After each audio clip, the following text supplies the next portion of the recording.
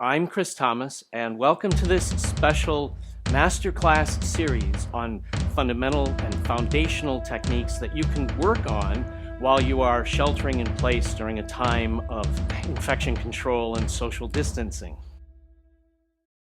I want to begin by talking about one of the most foundational things, which is horse stance or Nahanchi stance. If you do the things that I'm showing you, your stance will improve enormously. There's a couple of key features that are really, really important. Let's start with the feet. The width of the stance, it varies in different styles. It can be what's called small frame, or it can be a sort of larger frame. Some people will even go to an extreme frame stance like this. I will tend to use a large frame when I'm doing Ryukyu Kempo, and I'll use small frame when I'm doing Ishinryu. This large frame size is basically about the distance of your inseam. If you stand up straight and measure from the floor right up to the pressure point called conception 1, or Huiyin, that distance, if you make that distance between the 2 points on the sole of your foot, which are called kidney 1, Wangchuan, if you use those 2 points and draw a line that is the same as that inseam, you create a nice little stable, anatomically proportional stance, which works very nicely for you. If you're using a small frame stance, you're going to make it so that the width of your shoulders or your hips, whatever's the widest part of your body, fits in the space in between your feet.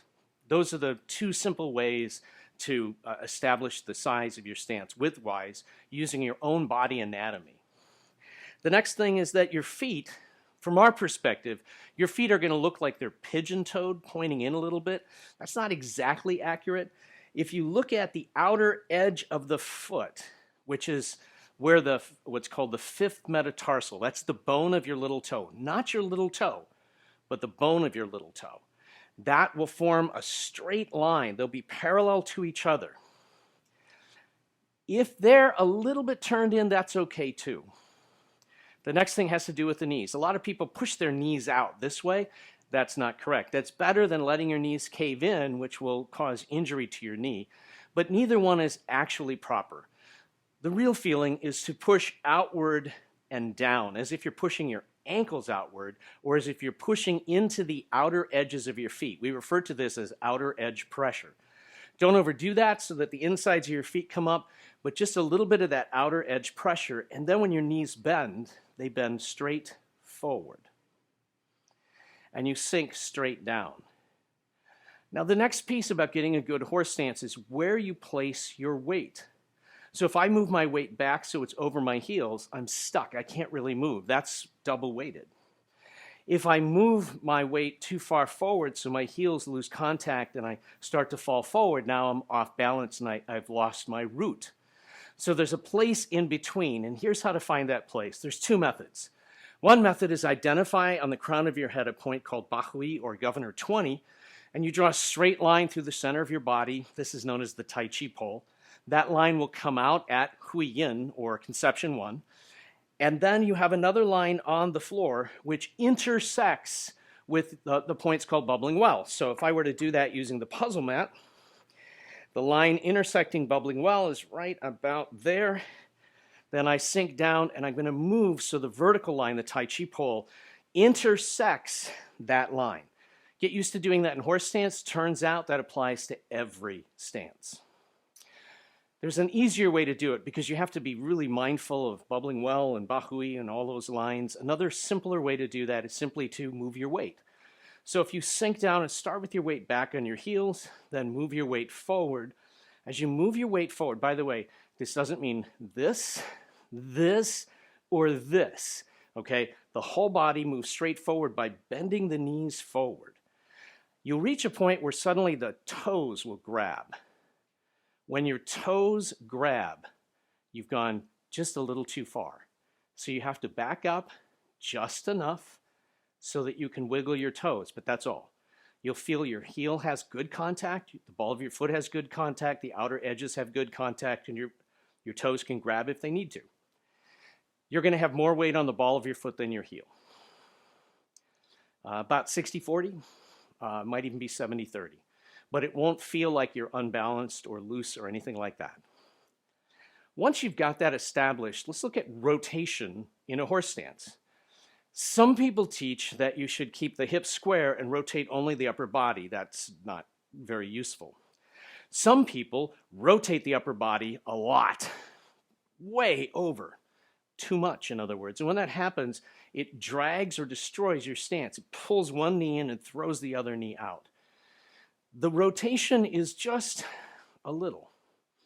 It's about 45 degrees. By the way, this goes along with the fact that horse stance has the element earth. And when we're talking about cardinal directions, the direction for the element earth are diagonals. So that's how far your hip turns. That's also where your power is. Your power is along the diagonal lines. Now, I'm in my horse stance, and I go to punch. As I twist my hip, what I do is I turn and I drive the hip forward, and the knee on the punching side may go straight forward slightly, but it doesn't go inward or outward. And the other knee might bend more extremely as this hip rolls backwards. So you see, it's a very simple and small movement. It looks like this. Now we can practice at doing a straight ahead punch, but obviously if you're in a horse stance and you punch straight ahead, you'll be knocked over. If, however, you direct the punch on an angle this way, now you're going to be stable and strong. It's also good to practice doing upper punch this way, like in the hanchi. Notice how from the straight up perspective, it looks like it crosses center line. But in fact, what it's really doing is my body is turning, and then relative to my central line here, once I execute the punch, I can just peek past the edge of my wrist.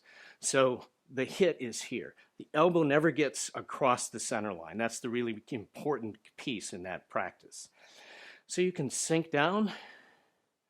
You can practice basic punching. You can practice punching up.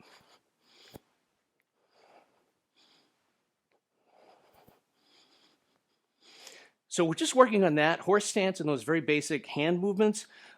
If you get that down and get comfortable with it, it will greatly improve your martial arts. I want to remind you that you can get access to a great deal more content that will help you to continue to grow as a martial artist during this difficult time. There's a special deal going on right now. If you subscribe for 1 year to MasterClass, you can get it instead of $299, only $159 for the entire year. Just when you sign up, use the special code Keep Training. That's all one word, and it's all in capital letters. So I'm Chris Thomas. Thanks for watching. And now, go. Keep training.